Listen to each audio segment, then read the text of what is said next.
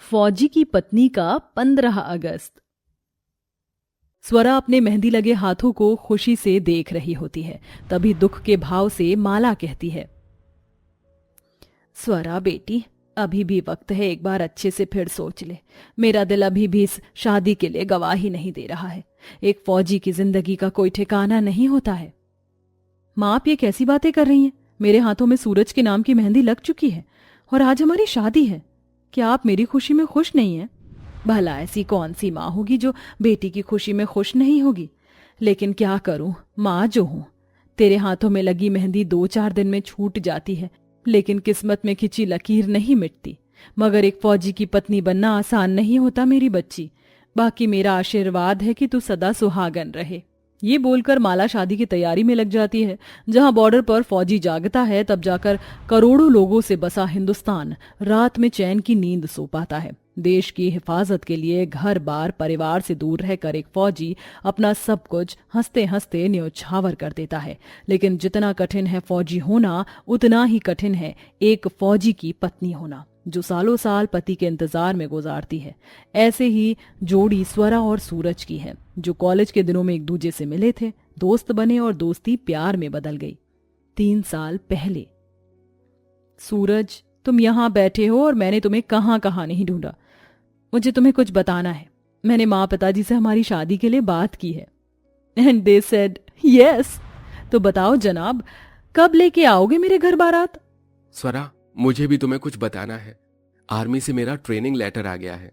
ये सुनते ही स्वरा नमी भरी निगाहों से सूरज को देखकर कहती है, तो क्या तुम मुझे छोड़कर जा रहे हो?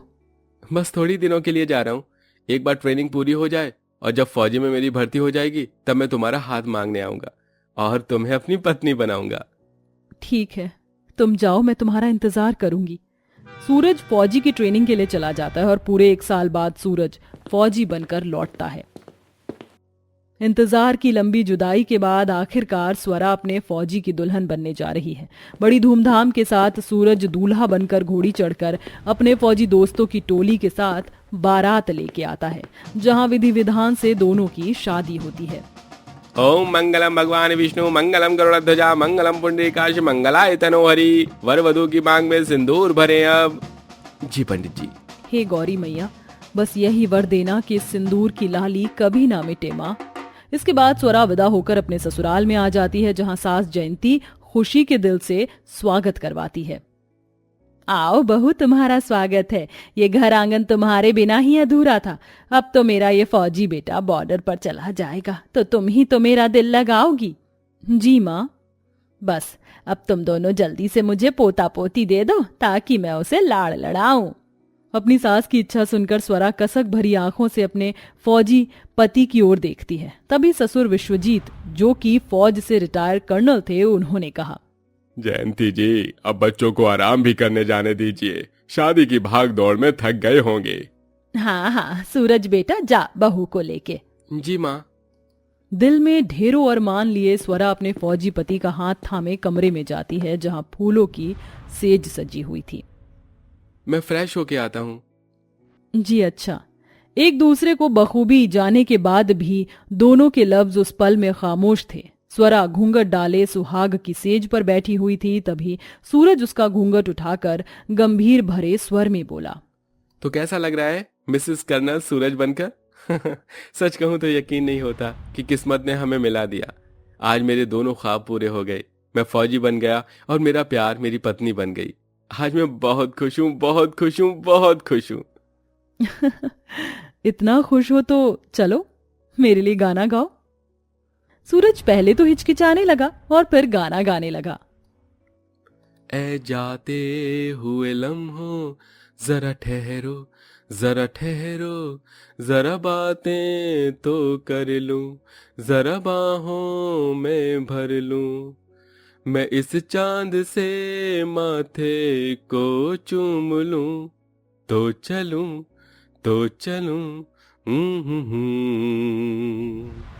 तो चलूं, तो चलूं, तो चलूं।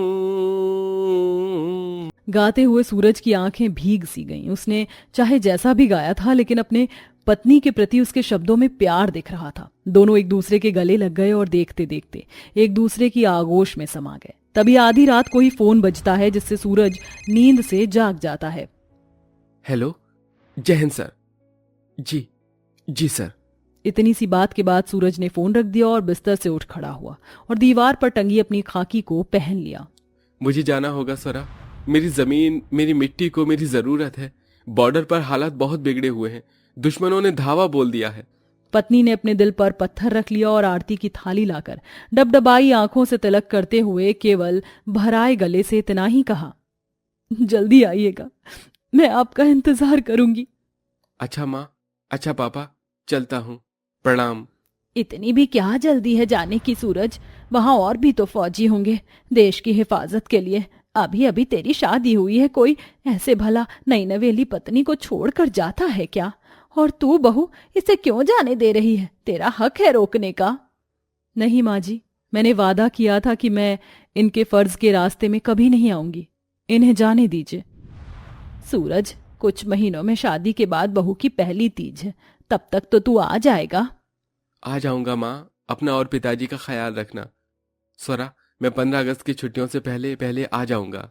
यही वादा देकर सूरज बॉर्डर पर चला जाता है, जहां एक तरफ फौजी होते हुए देश की रक्षा में लगा था, वहीं पत्नी होते हुए स्वरा अपना धर्म निभाती है। गुजरते महीनों के साथ स्वरा प्रेग्नेंट हो जाती है और हर दिन बॉर्डर से फोन आने का इंतजार किया करती। तभी फोन की घंटी बजती है और वह फोन उठाती है। हेलो सूरज। कैसी हो तुम स्वरा? अच्छी हूँ जी, आप कैसे हैं? घर कब आ रहे हैं? कुछ कहा नहीं जा सकता, अभी बॉर्डर पर से खतरा टला नहीं है। 15 अगस्त से पहले तो आप आ जाएंगे। सुनिए, एक खुशखबरी है, आप पिता बनने वाले हैं। पिता बनने की बात सुनते सूरज का दिल पसीज गया। क्या सच में मैं पिता बनने वाला हूँ? मैं आ रहा हूँ स्वरा। तभी बॉर्डर पर एकदम से बम फट जाता है और फोन का कनेक्शन कट जाता है, जिससे स्वरा का दिल डर जाता है। हेलो हेलो, वहां पर क्या हो रहा है? सूरज, सूरज तुम ठीक तो हो? लेकिन दूसरे साइड से कोई आवाज नहीं आई, क्योंकि पूरा बॉर्डर दुश्मन के टुकड़ों से घिर चुका था, जिसके बाद भी पूरा जोर लगाकर सैनिक लड़ते हैं। सूरज, कम बैक। इस टाइम हम उनका मुकाबला नहीं कर सकते, वापस आ जाओ। नो सर, मैं दुश्मनों को अपनी धरती पर लात नहीं रखने दूंगा, चाहे फिर आज मैं शहीद ही क्यों ना हो जाऊं। सूरज ने दुश्मनों का डटकर मुकाबला किया और एक अकेला होकर भी सबको धूल चटाई, लेकिन आखिर में देश का वह लाल मिट्टी में मिल गया, जिसे सूरज का पूरा परिवार बिल्कुल अनजान था। और इस बीच हर सुहागन की तरह स्वरा ने तीज का व्रत किए हुए अपने फौजी पति की लंबी उम्र की मंगल कामना कर रही थी। हे तीज माता, सरहद पर मेरे फौजी पति की हिफाजत करना। भगवान करे मेरी भी उम्र उन्हें ही लग जाए। बोलते बोलते स्वरा रो गई। क्या हुआ बहू, तू रो रही है? अब तो बस थोड़े ही दिन रह गए, 15 अगस्त आने में सूरज आता होगा। हाँ माँ जी, मुझे भी 15 अगस्त का इंतजार है। जब वो आएंगे, वो वक्त मेरा और मेरे होने वाले बच्चे का होगा। स्वरा की आंखों में ढेरों ख्वाब बंधे हुए थे। देखते देखते 15 अगस्त का दिन आ जाता है। हर तरफ आसमान में रंग बिरंगी पतंगे उड़ रही थीं, सड़कों से परेड गुजर रही थी और हर घर दरवाजे में से पकवानों की खुशबू और मधुर गीतों की तान सुनाई दे रही थी। आईने के आगे बेटी स्वरा 16 श्रृंगार में अपने पति के आने की राह ताक रही थी। हल्की फुल्की बारिशें हो रही थीं। अरे बहू, कब तक दरवाजे पर खड़ी खड़ी उसका रास्ता देखेगी? तेरे पैर भारी हैं, आराम कर ले। नहीं माँ, मैं ठीक हूं। तभी फौजी की गाड़ी आ जाती है। माँ जी, वो आ गए। माँ जी, वो आ गए।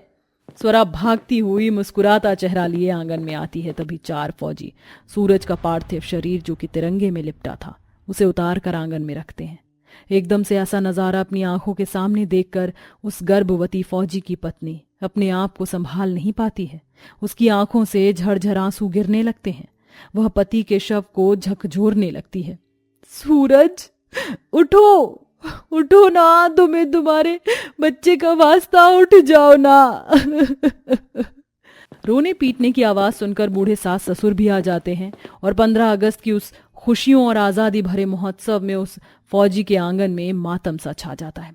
जयंती छाती पीट लेती है। एक माँ की पीड़ा कौन समझ सकता है सिवाय उसके। नहीं नहीं, ये राम, ये क्या हो गया? मेरा बच्चा।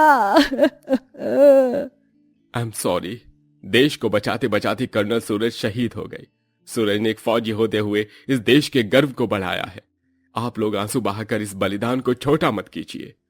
ये सुनकर उस पत्नी ने अपनी उजड़ी मांग का जरा भी सोब नहीं मनाया, बल्कि अपने आंसू पोंछ लिए और गर्व से अपने पति के शव को सल्यूट किया, जिसके बाद सैनिकों द्वारा फौजी सूरज को 21 तोपों की सलामी देकर श्रद्धांजलि दी गई। और वक्त के साथ धीरे धीरे स्वरा 15 अगस्त के उस दिन को भूल तो गई, लेकिन किसी और से शादी नहीं की और थोड़े वक्त बाद एक बच्चे को जन्म दिया और फौजी की विधवा पत्नी बनकर सारी जिंदगी गुजार दी।